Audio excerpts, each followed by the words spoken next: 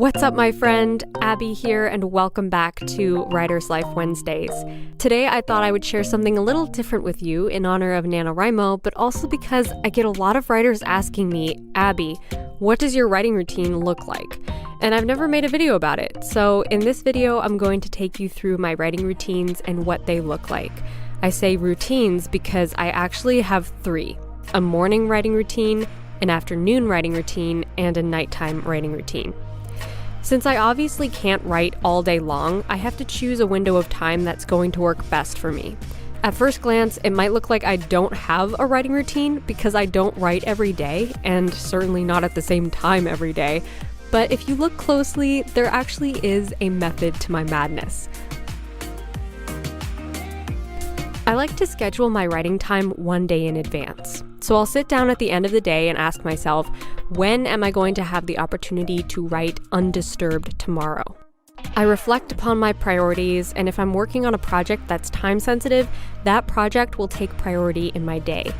This sounds bad, but I never consider writing a priority project. It's extremely important to me, obviously, but there has never been a serious consequence tomorrow if I don't write today.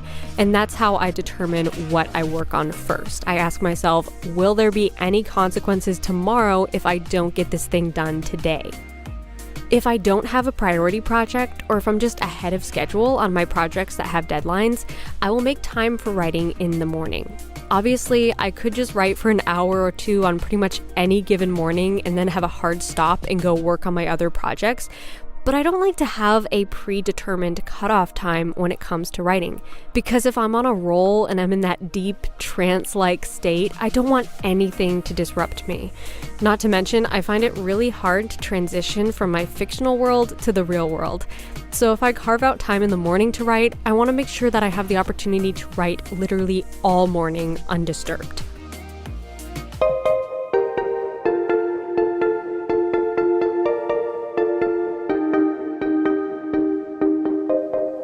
On a writing morning, I'll be very intentional about what information I take in first thing. I usually wake up between 7 and 8 a.m., do some really quick skincare, and get moving with a little bit of qigong or stretching. Then I go downstairs for my first essential cup of tea and my non-negotiable quality time with my family. That usually lasts about an hour, then I get to work. If I'm writing, I will go straight to my computer, and the first thing I do is turn on downtime, which is a feature in Mac that limits your use of applications. I obviously don't use it as downtime, I use it as writing time. So I'll set the limiter for something like 8 a.m. to 12 p.m. and only allow Scrivener and Spotify to work during these hours. This is one of my secret weapons for staying focused. Sometimes I'll want to pop open the internet just for a second to look something up, but then my limiter will remind me that I'm not supposed to be using the internet. If I really need to look something up, I'll unlock the app for 1 minute and do my search lightning fast, then get back to writing. My other must-haves for writing are my noise-canceling headphones, my instrumental playlists, and of course, lots of tea. Around mid-morning, I'll usually pause to make myself something special, like a chai latte or a London fog. If I can avoid all distractions and get in the zone, I'll usually be able to write around 3,000 words. It really depends on the writing project and how much source material I prepared ahead of time. As I talked about in my recent video on writing faster, it really helps if I have source material, like entire conversations, written ahead of time so that I can just write the scene around it or embellish rough ideas and make them fit smoothly into my narrative.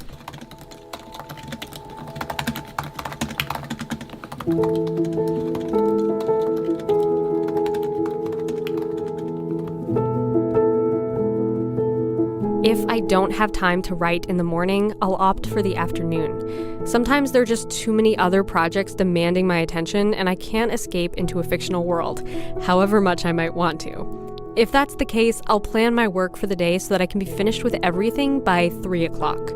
That's when I shift from my productive boss lady mindset to my creative artist mindset. This shift isn't easy, so I have to take physical steps to redirect my focus. The first thing I do is get rid of my phone. For me, shifting to creativity is all about blocking out the real world and stepping into my fictional world. I find that movement also really helps me to break free from the work mode, so I'll take a little time to either do a refreshing yoga practice or dance to some of my favorite music.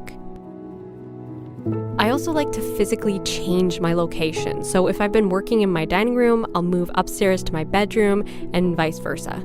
I really love being in my cozy writing nook because it's nice and quiet, plus I have my aesthetic board, my cute little plants, my oil diffuser. It all sets a really lovely atmosphere for being creative. I can usually write about 2,000 to 3,000 words in 4 hours if I'm not interrupted. And again, I mitigate those interruptions by first letting everyone know that I'm writing and I need to be left alone, and then making sure I don't distract myself with the internet. Another thing that really helps me to stay in the zone is listening to ambient soundscapes. One of my favorite websites is ambientmixer.com, which has a huge catalog of soundscapes for every genre. I usually take a soundscape template and then make it my own by mixing in new sound effects and creating the perfect atmosphere to match the scene I'm working on. Paired with some instrumental music that matches the emotion of the scene I'm writing, it creates such an immersive writing experience.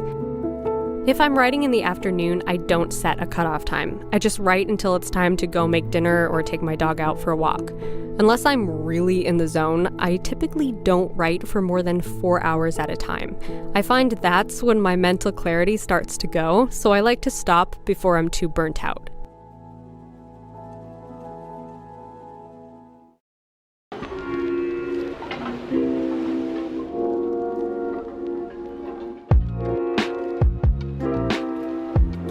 I'll be honest, some days I don't get to write in the morning or the afternoon. I'm just too busy working on other projects and the day slips away before I know it. But that doesn't mean I can't get any writing time in. Actually, sometimes I prefer to write at night. My work is over for the day and my mind is too exhausted to get distracted on business-related things. But sometimes creativity flourishes in fatigue. When I'm not 100% alert, my inner critic just kind of takes a back seat, and I can write without taking myself too seriously. Granted, sometimes I write way messier at night, but I try to listen to my creativity. A lot of times I get into a really creative headspace at night. The high energy of the day has mellowed down, and the world is quiet. There are no distractions and no interruptions, especially after everyone else goes to bed. Sometimes I'll stay up till 1 or 2 o'clock in the morning writing, if I have the energy for it. I write in bed so that when I'm too tired to keep my eyes open a moment longer, I can just close the laptop and go to sleep. I certainly don't do this every night, only the nights when I feel like writing and my head is too full of ideas to go to sleep. I know I'll be lying awake thinking about my story anyway, so I figure it's smarter to just write while I feel inspired. Okay, boom, that's it. Those are my 3 go-to writing routines. And like I said before, I will alternate between these routines depending on what I have going on that day and also depending on how much energy and inspiration I have. I hope you enjoyed this peek into my daily writing life. If you did, hit that like button and also be sure to subscribe to this channel for more videos like this one. Also, comment below and tell me what your writing routine looks like. I'd love to hear all about it. Until next week, my friend, happy writing and rock on.